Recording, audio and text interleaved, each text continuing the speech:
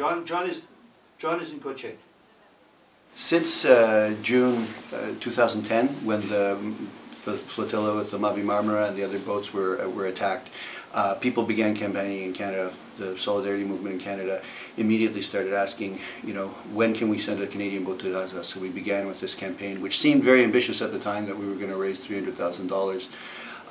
It took us a full year, but we did raise actually more than that with some international partners. So the Canadian, Australian, Belgian, Danish boat was able to sail, was able to be ready to sail for the June 2011 flotilla, aiming to break the siege, break the blockade of Gaza.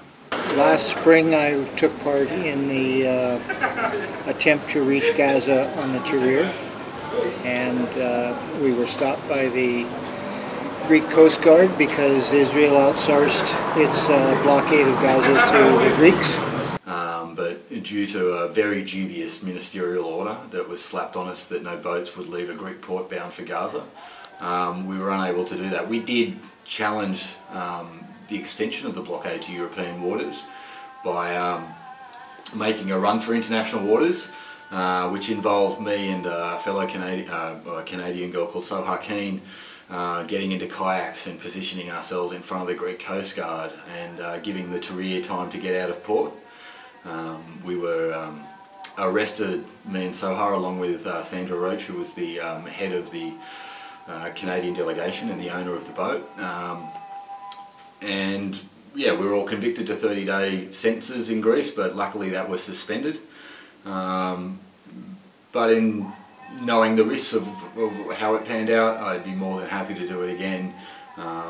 I feel while we didn't last time get a chance to actually get to Gaza or challenge the blockade of Gaza, we did challenge its extension to European waters and raised awareness of what was going on there. We always said we would sail again.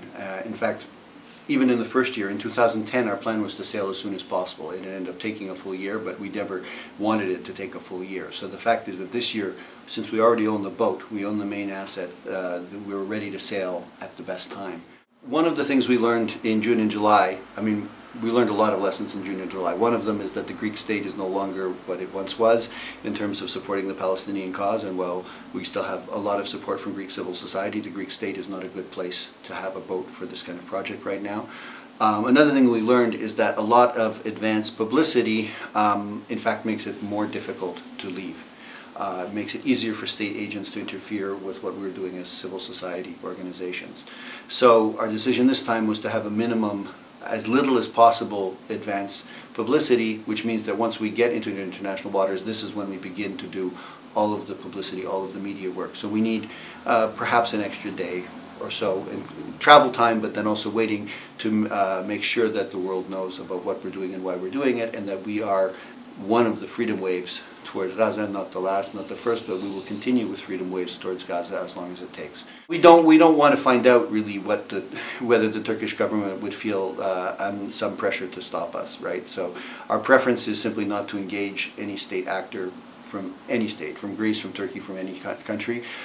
We understand that states have to do what states have to do, but we're a civil society organization, and we prefer to act with as little interference as possible from state actors, even from a country like Turkey, which has had, from our point of view, has been having a more constructive approach to their relationships with Israel, isolating Israel because of various human rights reasons related to Palestine.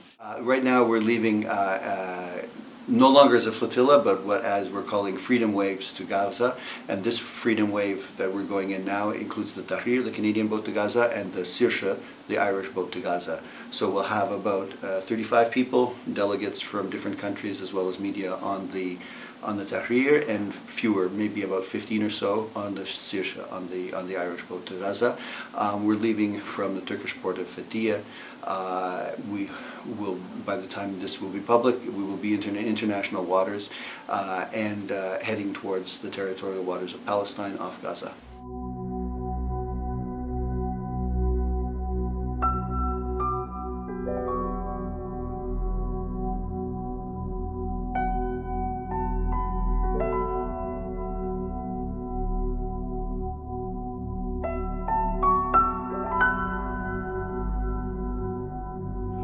Tahrir. This is the Israeli Navy. The Gaza area and coastal region are closed to all maritime traffic as part of a maritime blockade imposed for security purposes on the Gaza Strip. Your attempt to enter the Gaza Strip by sea is a violation of international law. We remind you that humanitarian supply may be delivered to the Gaza Strip by land. You are therefore welcome to enter the Ashdod port and deliver the supplies through the recognized land crossings. So what is your destination? What is your port of origin?